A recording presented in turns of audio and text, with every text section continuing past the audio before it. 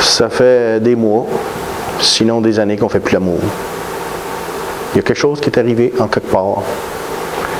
Et quand la satisfaction sexuelle dans le couple est partie, eh bien là, le divorce psychologique commence.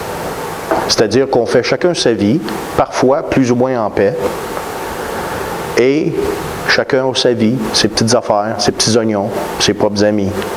On n'est plus le compagnon l'un l'autre. C'est pour ça que c'est tellement important de développer l'aspect de compagnon, parce que ça dure, malgré les autres circonstances. Et le Seigneur dit, ne vous privez point l'un l'autre si ce n'est d'un commun accord. Il peut y avoir des exceptions, mais il faut que madame soit d'accord. C'est intéressant, hein? C'est très intéressant. Il faut que madame et monsieur soient d'accord. Afin de veiller à la prière. Les exceptions ne sont pas pour des situations d'affaires ou des affaires personnelles. Ils sont pour des affaires spirituelles, afin de veiller à la prière. Puis, retournez ensemble, de peur que Satan ne vous tente en raison de votre manque de maîtrise. Écoutez, les amis, la parole est tellement claire. Il va y avoir des désirs sexuels qui vont se manifester dans les individus, que si tu penses que ces désirs sexuels-là ne sont pas remplis dans le contexte du mariage, eh bien, imaginez-vous qu'éventuellement, vous allez être tenté de sauter la clôture. Puis une fois que la clôture est sautée, ça amène des conséquences assez particulières. Maintenant, ça affecte la relation maritale d'une manière très atroce. Sans compter les autres conséquences des maladies vénérielles possibles. Pourtant, la parole nous dit que le but de Satan, c'est de profiter de cet élément sexuel de notre désir, qui a été créé en nous par Dieu, pour nous pousser dans un coin, soit sexe en dehors du mariage, ou le manque de sexe à l'intérieur du mariage. Les deux sont utilisés par le malin pour nous détruire. Et il nous faut comprendre ça. C'est l'attaque du malin dans notre société, autant pour notre famille que pour nos relations maritales. Parce que quand on n'est pas marié, ou même quand on est marié, Satan va nous pousser à des relations sexuelles à l'extérieur du mariage. Quand on est marié, eh bien, abstiens-toi, tu sais, fais-les pas à soir, trop fatigué. Tu sais. Puis, à un moment donné, eh bien, il y a d'autres choses qui prennent place. Et les pensées commencent à s'envoler à un endroit où ils ne devraient pas aller. Alors, ça, ce sont les 4 raisons du mariage. J'ai une question. Oui? L'autosatisfaction, puis je parle dans des circonstances particulières, pas juste pour le plaisir de la chose. Mm-hmm. Une question que ton mari, ta conjointe, est dans une incapacité. Qu'est-ce que tu fais qu'est-ce que tu penses avec la parole à l'appui de l'autosatisfaction des femmes toutes seules, divorcées, séparées, qui ont connu la sexualité, qui sont toutes seules, ou que le mari ou la femme ne peut pas combler le besoin l'un de l'autre? L'autosatisfaction. L'autosatisfaction. Bon, vous allez me pousser dans un sujet très intéressant. Selon mon point de vue, ça peut être un point de vue qui peut sauver des couples parfois. Mm-hmm. Je cherche le texte dans Hébreux qui parle du lit conjugal.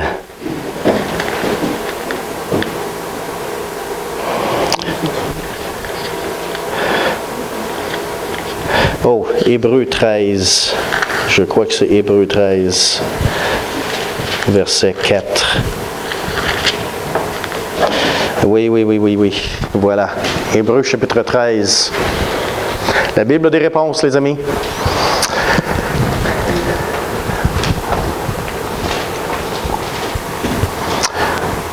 Hébreux 13, va commencer juste au verset 3 pour avoir un peu le contexte. Souvenez-vous des prisonniers, comme si vous étiez prisonniers, de ceux qui sont maltraités, comme étant aussi vous-même dans un corps. Maintenant, il saute des prisonniers au mariage.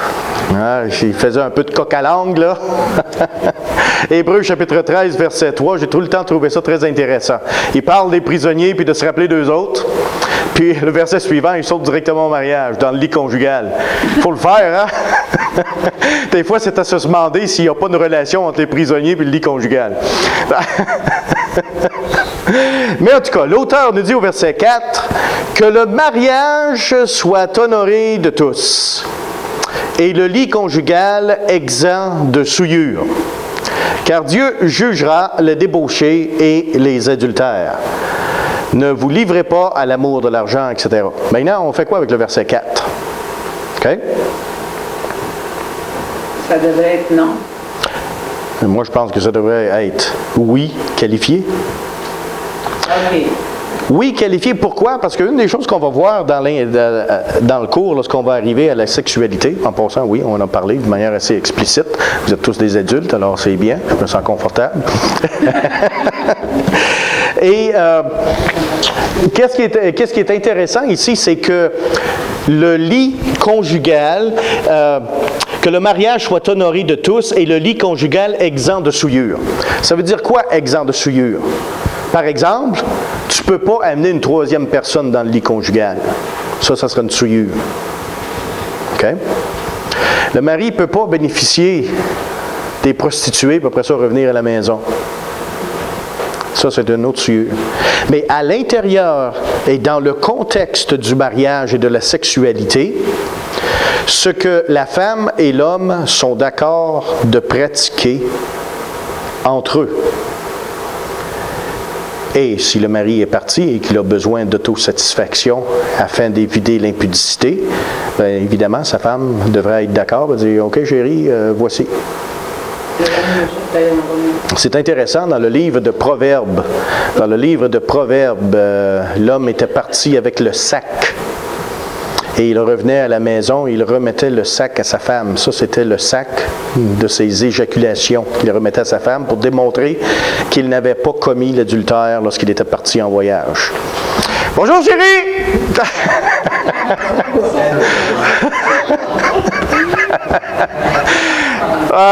Ouais, je crée bien. Ça a l'air raisonnable. Bienvenue à la maison, mon amour. Maintenant, qu'est-ce qu'on fait en dehors du mariage? Là, il faut aller voir dans un autre passage des Écritures qui se trouve dans Genèse chapitre 39. Et c'est tout le temps une place assez intéressante quand j'enseigne la Genèse et on arrive à Genèse 39. 38, excuse-moi. Merci. Et avant qu'on arrive à Genèse 38, on est dû pour un petit break. Je viens de réaliser qu'on a passé 7h15. Alors, on prend un petit break de 5 minutes et ensuite, on revient tout de suite à Genèse 38, à l'autosatisfaction, ou mieux connu sous le mot de masturbation. Peut-être des questions. Il est prêt, M. Bédard? Oui. Pour le bénéfice de ceux qui ont peut-être des questions, qui sont peut-être un petit peu plus gênés que Joanne, j'ai mis le tronc en arrière. Déposez vos questions là et je me ferai un plaisir de vérifier le tronc après chaque classe et de faire mon possible, de meilleur de ma connaissance, de répondre à vos questions, même s'ils sont très privés, sans utiliser votre nom. Okay? C'est la sorte de classe qu'on a pour qu'on puisse avoir ce genre de privilège. Maintenant, qu'en est-il de l'autosatisfaction? Eh bien, un passage qui a été dans le passé utilisé par certains prédicateurs pour démolir la masturbation, c'est Genèse 38. Okay? Alors, en ce temps-là, Judas s'éloigna de ses frères et se retira vers un homme d'Adulam nommé Hira. Là, Judas vit la fille d'un Cananéen nommé Shua. Il la prit pour femme et elle obéit elle. Elle devait être enceinte et enfanta un fils qu'elle appela Aher. Elle devint encore enceinte et enfanta un fils qu'elle appela Onan. Elle enfanta de nouveau un fils qu'elle appela Shéla. Judas était à Chib quand elle l'enfanta. Judas prit pour son premier-né, une femme nommée Tamar.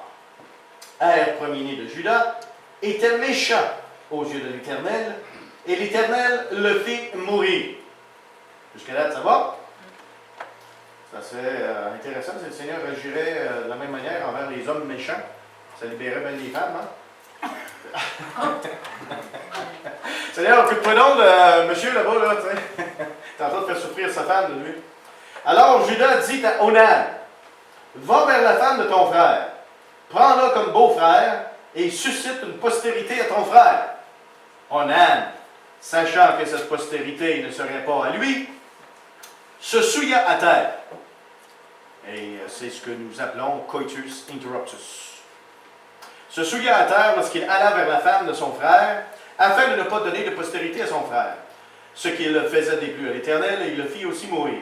Alors Judas dit à Tamar, sa belle-fille, demeure veuve dans la maison de ton père jusqu'à ce que Shéla, mon fils, soit grand. Il parlait ainsi dans la crainte que Shéla ne meure comme ses frères. Tamar, t'es pas mal tough, ces gars. Tamar ou tu meurs. Et marié à Tamar, tu vis pas longtemps. Alors ici, il faut résoudre ce problème. Certains ont pris le processus de se souiller par terre, coitus interruptus, et l'ont appliqué à la masturbation. La réalité, c'est que l'un n'a rien à faire avec l'autre. Et il y a un problème de contexte aussi. Le problème de contexte, si vous voulez faire une petite recherche personnelle, prenez le grand dictionnaire Larousse. Oui. Prenez le dictionnaire Larousse et allez vérifier le mot onanisme, qui vient du nom onan. Et c'est là que vous allez trouver que l'expression coitus interruptus a été formulée à cause de ce monsieur dans le livre de la Genèse. Assez intéressant. Et une chose est certaine ici, c'est qu'on s'imagine que Dieu l'a tué parce qu'il s'était souillé par terre. Alors que ceci n'est pas le cas du tout. Parce que, par exemple, son frère ne s'était pas souillé par terre, Dieu l'a tué pareil, parce qu'il était méchant. Alors, c'est pour ça que je dis, on ne peut pas prendre ce passage et l'appliquer à la masturbation ou à l'autosatisfaction. Dans le contexte du mariage, l'autosatisfaction doit être connue du partenaire et la raison valide. OK?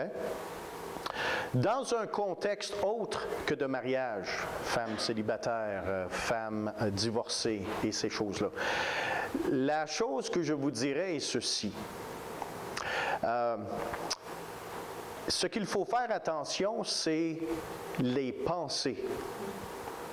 L'autosatisfaction est une chose, mais la pornographie, par exemple, ou d'autres éléments qui peuvent être utilisés, peuvent créer une moralité avec des défaillances. Et l'autosatisfaction, je ne crois pas qu'elle est condamnée nulle part dans la Bible. Nulle part. Vous avez beau chercher, là, c'est pas condamné. Et moi, je vais vous dire une chose, j'ai fait l'étude des péchés dans la Bible. J'en ai trouvé 122. Il y a assez de péchés dans la Bible pour l'amour de Dieu. Arrêtons d'en inventer. La Bible a quelque chose à dire sur la pensée, mais elle n'a rien à dire sur l'autosatisfaction. OK? Alors, à partir de cette information, prenez les décisions que vous devez prendre avec la conscience que le Seigneur vous a donnée. Mais si quelqu'un essaye de vous convaincre que c'est une mauvaise chose basée sur Genèse 38, s'il vous plaît, rappelez-les à l'ordre. OK? On est prêt? Joanne, on continue? Parle plus? Bon, alors une question de retour à Genèse avec Adam et Ève. Quand Dieu a dit « Je te ferai une aide semblable à lui », qu'est-ce qu'il voulait dire le Seigneur? Est-ce qu'il voulait dire que Ève devait laver son linge? Est-ce qu'il voulait dire que Ève, eh bien, elle devait préparer ses repas? Eh bien, la signification d'un compagnon Devait-elle laver son linge? Oui? Levez la main. Il était à poil. Il était à poil, absolument raison. Pas de linge à laver. Merveilleux, ça ne pouvait pas dire ça. Pas un esclave qui avait besoin, il était à poil. En plus, préparer les repas. Ah non! Il n'y avait rien à préparer, les fruits étaient mûrs, juste à... Psst, tiens, mange, bonhomme. Peut-être est couché là-bas. Remarquez qu'Adam n'a pas trouvé une compagne parmi les animaux. Hey, ça, là, c'est la plus grande bénédiction de tous les temps. Imaginez, qu'est-ce qui aurait arrivé? Oh la vache! J'ai resté avec un couple qui se lançait des mots d'amour comme ça. Oh la vache! Oui, le gros bœuf! À un moment donné, c'est peut-être pas la chose la plus sage à faire dans une situation maritale. Pouvez-vous vous imaginer, à un moment donné, Adam, tu sais, il prend sa marche de santé dans le jardin d'Éden avec sa vache. Tout d'un coup, flauk! Oh, le travers de la face. Hey, la vache, tu fais là? Oh, excuse-moi, Adam, mais t'avais une mouche dans le front, la queue partie.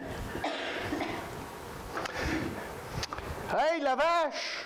Veux-tu aller magasiner? Qu'est-ce que t'en penses? Non, pas de son, François.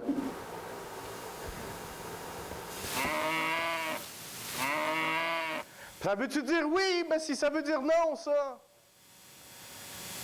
Hey, la vache! Veux-tu on va sortir à soir?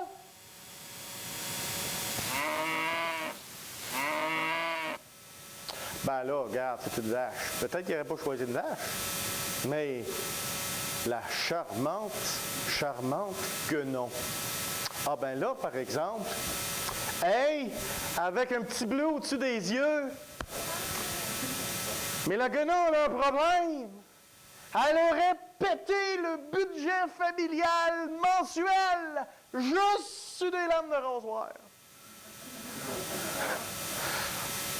Là, elle dit, « Hey, beauté, viens-tu, on va aller prendre une marche? »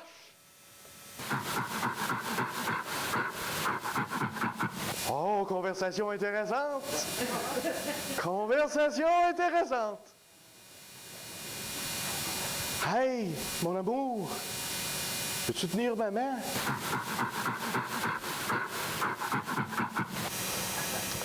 Ah, vous savez, c'est tellement une bénédiction que Adam n'a pas trouvé parmi les animaux de cette terre une compagne. Alors, les amis, il y a une grande leçon pour nous, c'est qu'on ne devrait jamais les traiter comme des animaux. Jamais. Jamais. Pourtant, les cruautés que les hommes font à leurs femmes sont atroces. J'ai un petit vidéo que certains ont peut-être vu à un moment donné. Mais c'est séculier. Mais ça démontre une chose. Ça démontre le fait que l'homme et son péché, il n'est pas prêt à le lâcher.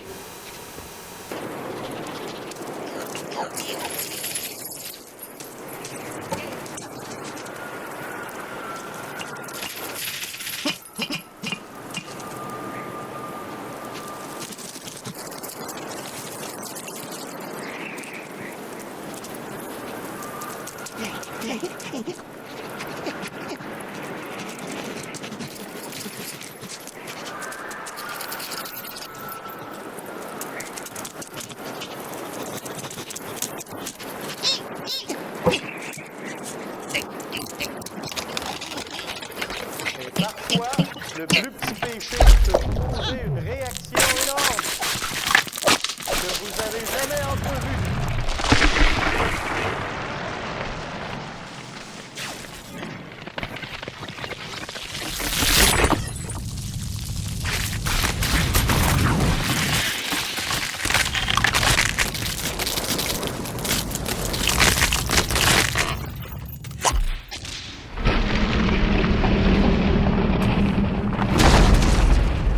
Conséquences arrivent.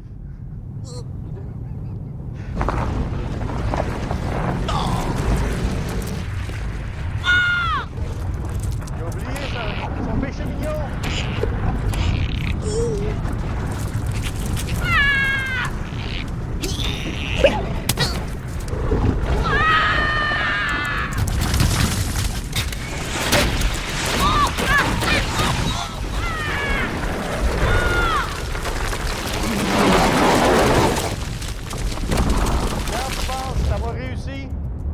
que franchement, tu t'es sauvé, tu as évité le pire, eh bien, le reste arrive de l'autre bord.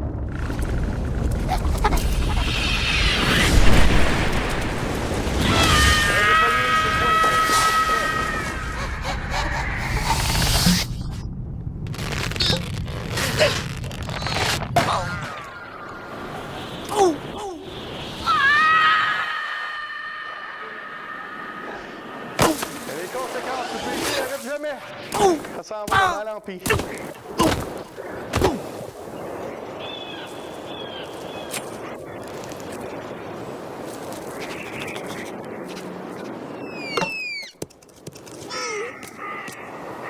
Et finalement, en bout de ligne, la seule chose qui vous attend, bien, jugement de Dieu.